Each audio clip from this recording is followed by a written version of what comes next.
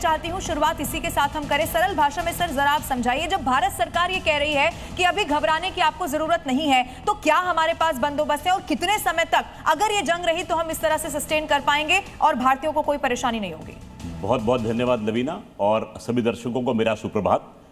देखिए, इस समय भारतवासी को डरने की आवश्यकता नहीं है। मैं दोबारा दोहराता हूं, इस समय भारतवासियों को डरने की आवश्यकता नहीं है।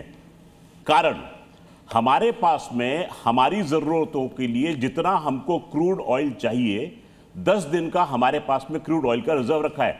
मैंने क्रूड ऑयल बोला है, मैंने तो तेल परिष्कृत की बात ही नहीं की है। हमारे पास में 2 महीने का परिष्कृत तेल जो है अलग अलग जगह पर रखा हुआ है। 3 महत्वपूर्ण जगह हैं भारत में जहां पर यह तेल रखा जाता है। एक है विशाखापट्टनम, एक है मंगलुरु, और तीसरी है पडूर। पडूर और मंगलुरु जो है वो कर्नाटका में है, आपको पता होगा।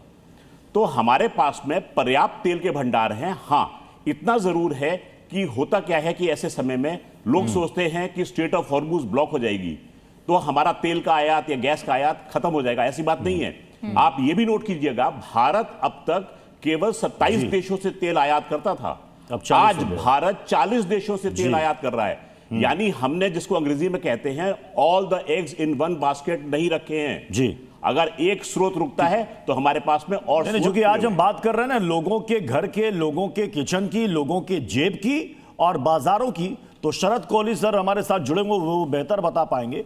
सरकार ने कहा कि हमारे पास 7 से 8 हफ्तों का स्टॉक है, बफर है हमारे पास, घबराने की जरूरत नहीं है। जो जमाखोर है उनके खिलाफ कड़ी कार्रवाई की जाएगी। तो जमाखोर तो ऐसे ही मौके की तलाश में रहते हैं, लेकिन लोग ये सवाल पूछ रहे हैं कि अगर सब कुछ ठीक था तो फिर गैस के दाम क्यों बढ़ गए? शरद जी। नमस्कार प्रत्युष, आपको, लवीना को और जी न्यूज के दर्शकों को देखिए, और मेरे फेलो पैनलिस्ट को भी देखिए। एक प्रिकॉशनरी स्टेप लिया गया है क्योंकि पीछे से क्रूड ऑयल के ड्राम सडनली $65-70 से शूट करके एकदम से अभी भी हम जब बात कर रहे हैं तो 90 के आसपास है, और कल 120 हो गए थे। तो आपने वैसे भी देखा होगा एलपीजी के दाम तो over a period of time month by month ऊपर नीचे होते रहते हैं, और ऐसी परिस्थिति में अगर थोड़े बहुत बढ़ाए गए तो पहले से कुछ बैकलॉग भी था, कुछ ड्यू भी था, दाम बढ़ाए जाना, पहली बात।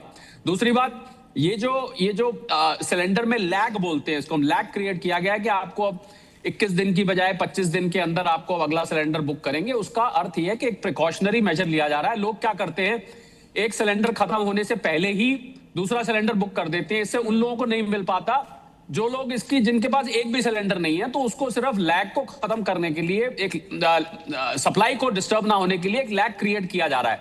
मैं समझता हूं कि इस समय अगर हम हरदीप पुरी जी का, पेट्रोलियम मंत्री जो है, उनका कुछ दिन पहले बयान आया था, उन्होंने स्पष्ट तौर पे कहा था कि अभी आपको 1.5 महीने से 2 महीने तक कोई समस्या नहीं है। परंतु इसमें परंतु बहुत जरूरी है प्रत्युष, परंतु यह है कि जो बयान आ रहे हैं ईरान और अमेरिका की तरफ से, वो बहुत ही कॉन्ट्रडिक्टिंग आ रहे हैं। ईरान कह रहा है कि हम 1 लीटर भी तेल वहां से गुजरने नहीं देंगे। अमेरिका उधर कह रहा है, ट्रंप साहब का बयान आया है कि हम स्ट्रेट ऑफ हॉर्मुज को कब्जा करने का सोच रहे हैं।